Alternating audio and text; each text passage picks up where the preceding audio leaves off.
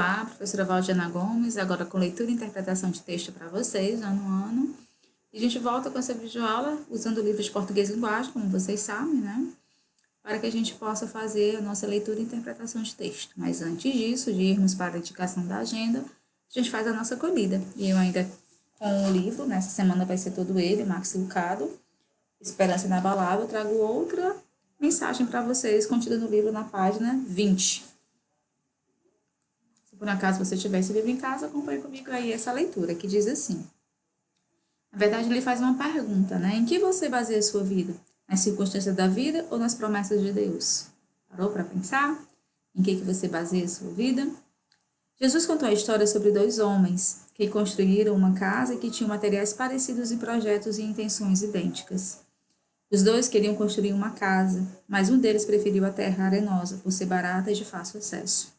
O outro optou pelo fundamento da rocha, que, embora fosse mais caro, era mais resistente. Portanto, quem ouve estas minhas palavras pratica como um homem prudente, que construiu a sua casa sobre a rocha. Caiu a chuva, transbordaram os rios, sopraram os ventos, porque tinha seus alicerces na rocha. Mas quem ouve estas minhas palavras e não as pratica é como insensato, que construiu a sua casa sobre a areia. Caiu a chuva, transbordaram os rios, sopraram os ventos e deram contra aquela casa e ela caiu. E foi grande a sua queda. Mateus, capítulo 7, versículo 24 ao 27. O que separa o sábio do tolo? Os dois homens ouviram as palavras de Deus, mas somente o sábio construiu a casa sobre elas. Como está a resistência do seu alicerce? Como estão os seus pensamentos em relação a Deus? Então, essa é a nossa pergunta que faz início da nossa videoaula de hoje, certo? E na sequência, eu peço gentilmente que você pegue aí seu português linguagem, pegue sua agenda, para que a gente possa dar continuidade à nossa videoaula. Sejam todos bem-vindos, que bom ter a sua presença, a sua audiência, né, na nossa videoaula. E a gente começa aí na página 241, com a leitura do texto. Quando estiver com pressa, vá devagar. Por seres tão inventivo e pareceres contínuo, tempo, tempo, tempo, tempo, é um dos deuses mais lindos. Tempo, tempo, tempo, tempo, Caetano Veloso. Calma, gente. Alguma coisa não vai bem entre mim e o tempo. Não o tempo de que trata os filósofos, mas esse tempinho nosso de todo dia. Medida em correrias, impaciências, tic-tacs, calendários, reencontro. Há quanto tempo? Semáforos, luas cheias, aniversários, natais e aí, rugas. O tempo sobre o qual se conversa e no qual transitamos, transitórios. Acontece que as pessoas têm pressa, e a pressa delas interfere no ritmo de outras. Na maioria das vezes é uma agitação inútil e inexplicável. Tem gente que se assusta quando alguém propõe ir encaminhando até determinado lugar perto. A pé? Não é pelo esforço, pois até atletas de academia reagem com espanto. Essas pessoas não suportam é perder tempo percorrendo a distância que, de carro, levaria 4 minutos. Em parte, foi essa pretensão de poder comprimir o tempo que derrotou o cavalo como transporte urbano, depois o bonde, o ônibus e promoveu o automóvel, maravilha que transformamos em problema. Ao volante, o raciocínio que transformamos em problema. Eu tenho comando, eu decido a velocidade, eu me torno senhor do tempo no espaço. Ilusão. Quem pode ter a mesma ideia e engarrafou as cidades? O tempo já foi elástico, esticava-se segundo a vontade de quem dispunha dele. Dê tempo ao tempo, diziam umas pessoas para outras, ralentando-se. Calma, que o Brasil ainda é nosso, bradava-se. Como quem diz, enquanto o país for nosso, vamos devagar. Fazíamos dos tempos coisa nossa, como samba, futebol e outras. Leia os romances antigos. Em um personagem diz para o outro, você tem 1 minuto? Havia muito mais do que 1 minuto para uma conversa. Veja um filme clássico. Com que paciência era construída? Uma situação que iria depois desaguar em outra. John Ford, por exemplo, tinha tempo para contar uma boa história e sabia que também o tínhamos para apreciá-la. Hoje, no cinema, pós-Spielberg, muitas vezes nem percebemos o que aconteceu, tal a rapidez da montagem. A vida online traz em segundos um mundo. As imagens de um bombardeio da grande potência contra o Iraque, depauperado, chegaram à casa das pessoas no momento em que estava acontecendo. Chamam a isso tempo real. Como se fosse irreal o tempo dos cinejornais da Segunda Guerra Mundial, que mostravam com meses de atraso centenas de milhares de soldados mortos. O tempo real trouxe também a globalização dos dinheiros aventureiros, que em segundos dão a volta ao mundo rapando economias, confrontando desiguais, espalhando desemprego. O que se faz com o tempo ganho com a pressa? Lembra-me o poeminha do pernambucano Ascenso Ferreira, ironizando o gaúcho, que diz ele: riscando os cavalos e tinindo as esporas, sai de 100 pagos em louca arrancada. Para quê? Para nada. Talvez para nada os apressados buzinam no trânsito, costuram, furam sinais, a pé atropelam passantes nas ruas, empurram pessoas nas plataformas do metrô, impacientam-se com idosos, agridem garçons, trombam carrinhos de compras no supermercado, reclamam do ritmo alheio. Entre a pressa e a falta de educação, a distância é curta. É sábio um ditado russo, lido, que li citado pelo escritor Tchon Belov: quando estiver com pressa, vá devagar. Mais ou menos é o que o historiador romano Suetônio, biógrafo dos Césares, aconselhou ao imperador Adriano 1900 anos atrás. Apressa-te devagar. Sem nunca ter lido Suetônio, era quase o que minha mãe dizia quando o moleque disparava pelas ruas do bairro. Corre devagar, menino. Suspeito que vem daí o meu descompasso com os apressados. Ivan Ângelo, Veja, 10 de nove de 2003. E aí, vamos começar a correção da nossa atividade de hoje, tá certo? Que é da 243 a 244. Olha aí.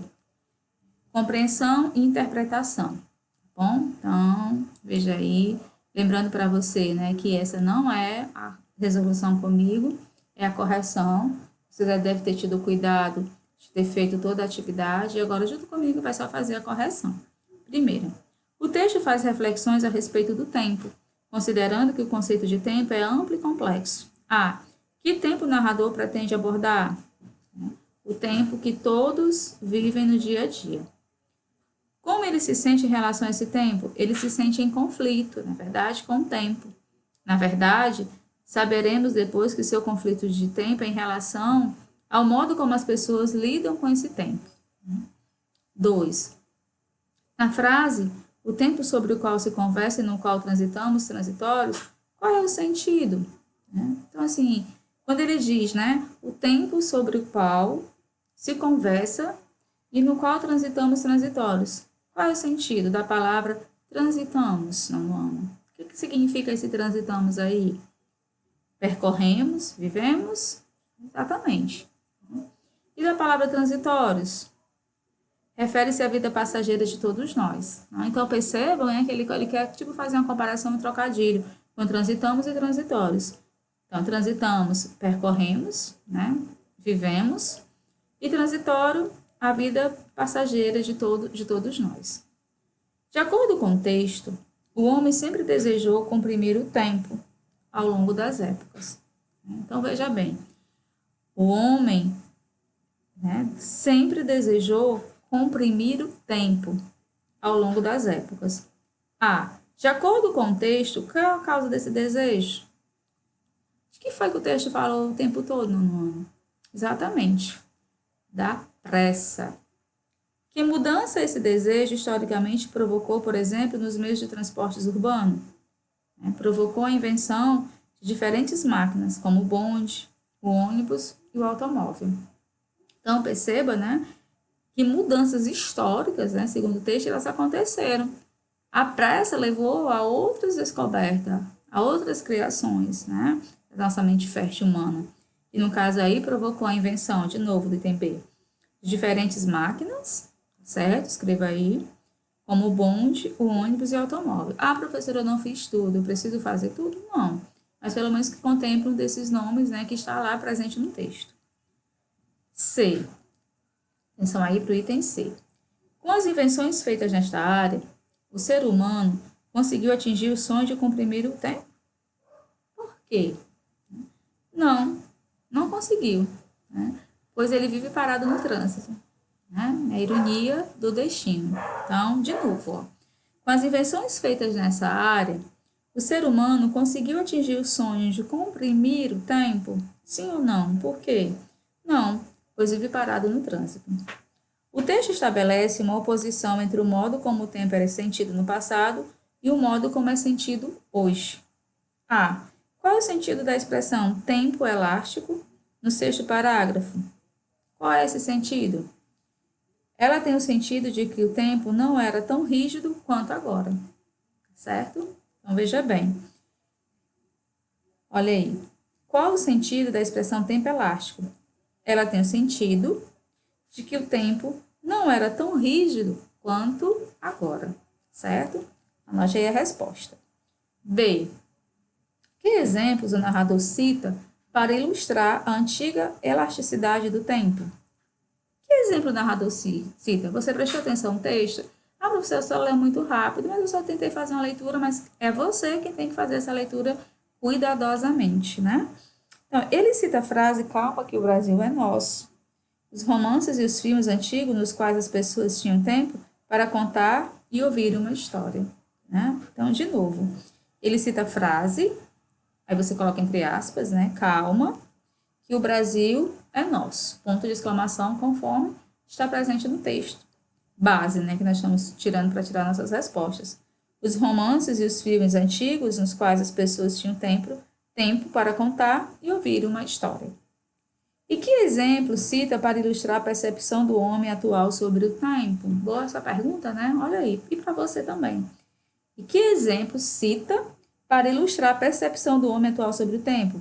Cita as cenas rápidas do cinema atual, as imagens de guerra que chegam em tempo real e as notícias sobre a oscilação do mercado financeiro.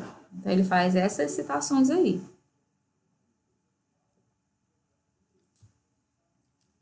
Quinto, citando a vida online ou o tempo real, o narrador analisa os efeitos desse tipo de tempo na economia e na vida concreta das pessoas. Quais são esses efeitos? Por que eles acontecem? A velocidade das informações promove especulações financeiras, o que pode acarretar crise econômica e desemprego. Tá vendo aí, ó? A velocidade das informações promove especulações financeiras, o que pode acarretar crise econômica e desemprego. Então, anote aí, corrija aí comigo. Sexta questão, ainda da página 243. A pressa e o desejo de comprimir o tempo levam naturalmente à pergunta: para que temos pressa? Por que temos pressa? A. Qual é a resposta do narrador a essa pergunta? O que ele responde, não a sua opinião, mas de acordo com o texto. O narrador acha que a pressa não leva a nada. Do ponto de vista do narrador, que efeito negativo tem a pressa sobre o relacionamento entre as pessoas? A pressa, segundo ele, é inimiga da educação e por isso compromete um relacionamento mais amigável e respeitoso. Então ele faz uma colocação muito importante. Ó, do ponto de vista do narrador, que efeito negativo, não esqueça dessa colocação, né, de negação mesmo. Tem a pressa sobre o relacionamento entre as pessoas. A pressa, segundo ele, é inimiga da educação. E por isso compromete um relacionamento mais amigável e respeitoso. Aí nós temos aí, quem é Ivan Ângelo? Você já ouviu falar, já leu algum outro texto dele? Ivan Ângelo nasceu em Barbacena, Minas Gerais, em 1936, certo? É jornalista, cronista e romancista. Começou a escrever os primeiros contos em 1954. Já ganhou o Prêmio Jabuti de Literatura por 2 vezes. Entre outras obras, é autor de A Festa, Certos Homens, O Ladrão de Sonho. Desde 1999, é cronista da revista Veja de São Paulo. Então, se de repente você gostou, né, do texto dele, da crônica dele, que se tiver curiosidade e quiser procurar outro texto para ler, estão aí as indicações, né? Ivan Ângelo, tá certo? Escreve, né, cronista da revista Veja, né, de São Paulo. Aí a gente vai para a página 244. Sétima questão. O narrador cita o ditado russo mencionado pelo escritor. Saul Bellow. Uma frase do historiador romano Suetônio e, por fim, uma frase de sua mãe. Sensato, né? A. O que todas essas citações têm em comum em relação ao conceito de tempo?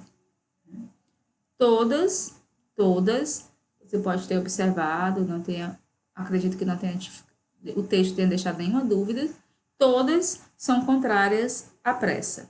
Então, professora, então, eu posso anotar isso como resposta, todas são contrárias à pressa, exatamente. A pressa, exatamente.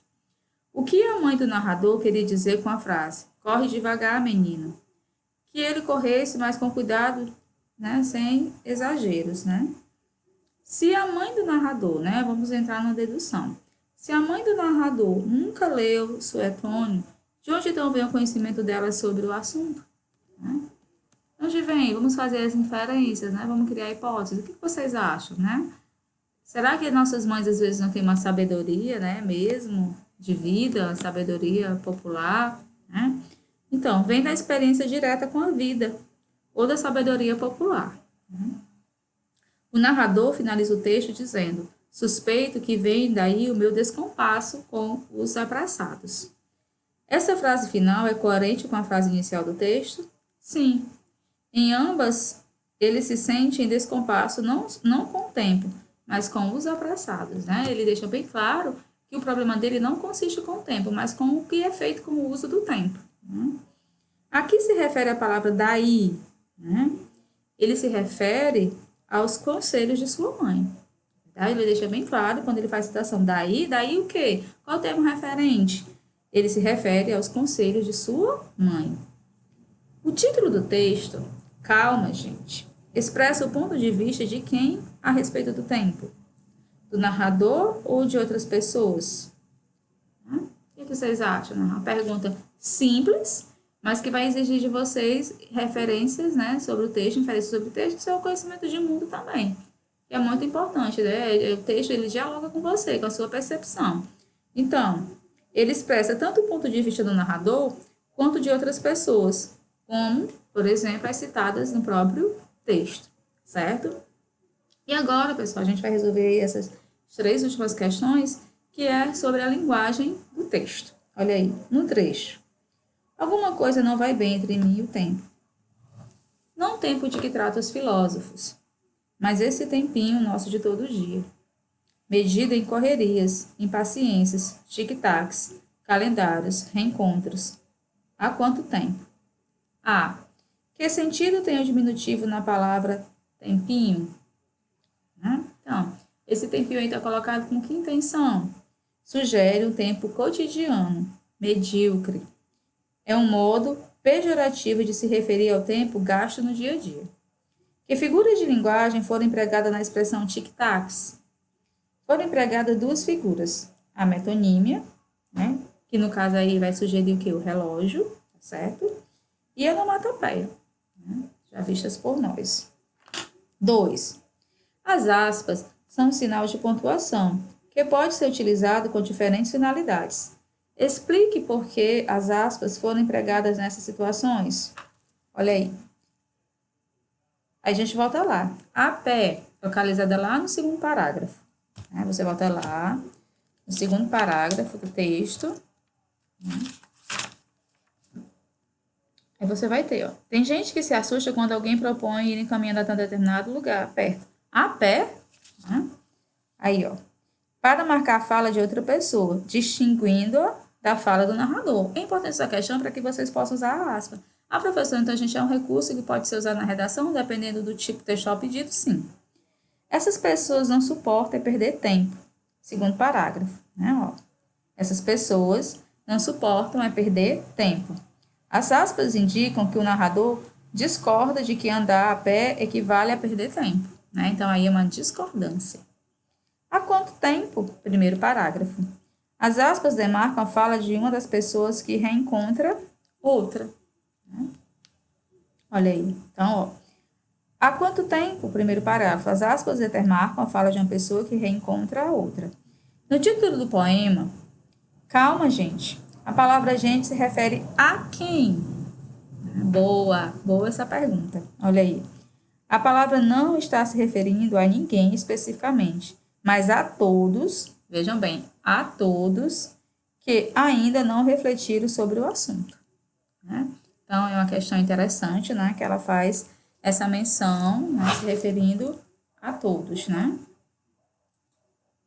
que ainda não pensaram no assunto, tá certo?